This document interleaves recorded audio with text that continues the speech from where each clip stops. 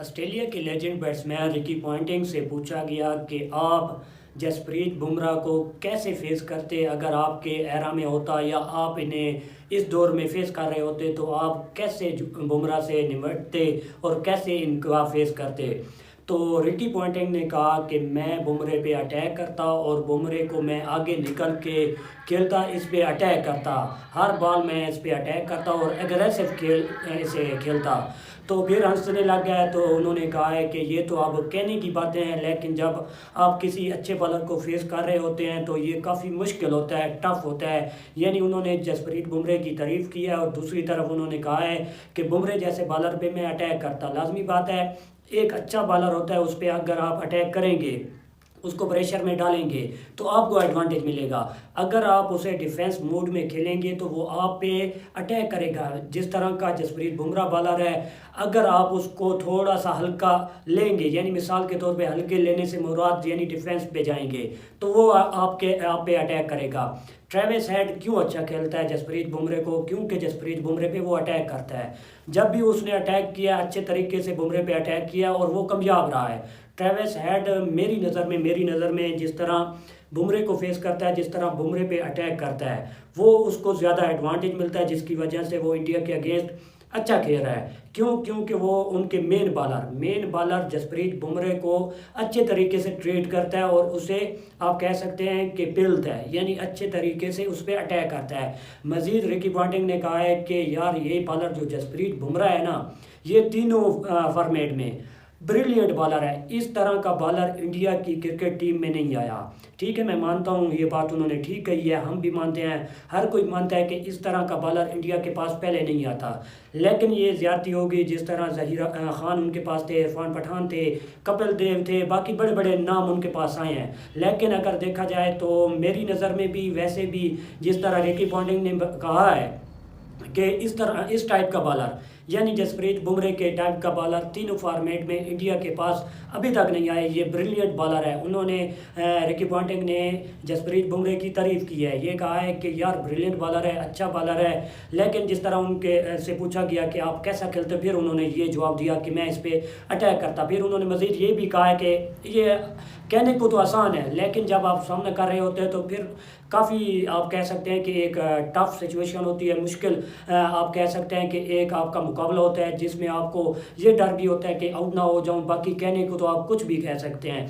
बाकी Travis head से पूछा गया कि बुमराह का आपको बॉलिंग एक्शन कैसा लगता है। उन्होंने कहा है कि अगर आप बुमराह को फेस नहीं करना चाहते तो फिर तो आप कहेंगे कि ये बॉलिंग एक्शन गलत है। हंस के कहा है।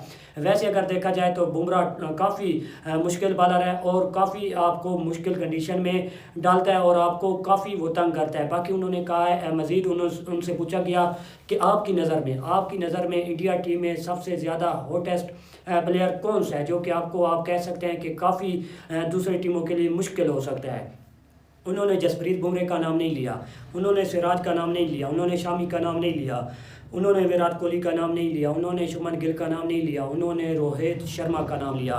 उन्होंने कहा है कि यार ये बंदा जब फिट हो जाता है ना तो इसका खेलने का जो स्टाइल है ना बहुत ही इंटरेस्टिंग है, बहुत ही ज़्यादा मज़ा आता है और ये इसी तरीके से खेलता है और ये मैच वन साइडेड कर देता है। जिस तरह ये पुल खेलता है और जिस तरह ये टीम को लेके चलता है और जिस तरह ये पावर प्ले का फ़ायदा उठाता है और जिस तरह ये आप पे अटैक करता है, इस तरह ये बहुत ज़्यादा अच्छा खेलता है और बहुत ही अच्छा प्लेयर है। उन्होंने मज़ीद रोहित शर्मा के हवाले से यही कहा कि ये ब्रिलियंट एक बैट्समैन है, लेकिन जिस तरह वो दौर से गुजर रहे हैं, बाकी आपके जो इंडियन फैंस हैं, पाकिस्तानी फैंस हैं, वो तो नहीं मानेंगे कि जिस तरह अब रोहित शर्मा गुजर रहे हैं, लाजमी बात है उस पर तनकीद हो रही है। जिस तरह 4 मैचेस हो गए हैं, रोहित शर्मा अपनी कैप्टनसी में हारा हुआ है, उनकी अपनी परफॉर्मेंस काफ़ी अरसे से मेरे ख्याल में 14 इनिंग्स हो चुकी हैं, काफ़ी बुरी जा रही हैं और जिस तरह एक सवाल ये निशान बना हुआ है और ट्रेविस हेड की ये बात तो नहीं मानेंगे, लेकिन उन्होंने कहा है, उन्होंने रोहित शर्मा के हवाले से कहा है कि काफ़ी अच्छा बैट्समैन है। लाजमी बात है, तो हमने देखा हुआ है जिस तरह दौर से वो गुजरा हुआ है, जिस तरह उन्होंने अचीव किया हुआ है। 2024 का वर्ल्ड कप देख लें, 2023 का वर्ल्ड कप देख लें, बाकी जिस तरह रोहित शर्मा खेलता है हमें सबको पता है कि एक बढ़िया बैट्समैन है, एक लेजेंड बैट्समैन है। बाकी ट्रेविस हेड के हवाले से, इसी तरह उनके हवाले से मेरे ख्याल में एक और सवाल था बुमराह के हवाले से जो मुझे याद नहीं आ रहा। उन्होंने बुमराह के हवाले से बहुत ही अच्छा एक जवाब दिया, जो कि हाँ जी वो मुझे बात याद आ गई कि बुमराह को आप कैसा बॉलर मान रहे हैं और बुमराह को क्या कुछ किसी और चीज़ पे काम करना होगा या नहीं करना होगा। तो इस हवाले से ट्रेविस हेड ने कहा है कि अभी बुमराह को और काम करना होगा। यानी बुमराह जैसे बॉलर को ट्रेविस हेड कह रहा है कि अभी कोई और काम इसे करने होंगे जिसकी वजह से इनकी बॉलिंग और ज़्यादा फिट हो जाएगी।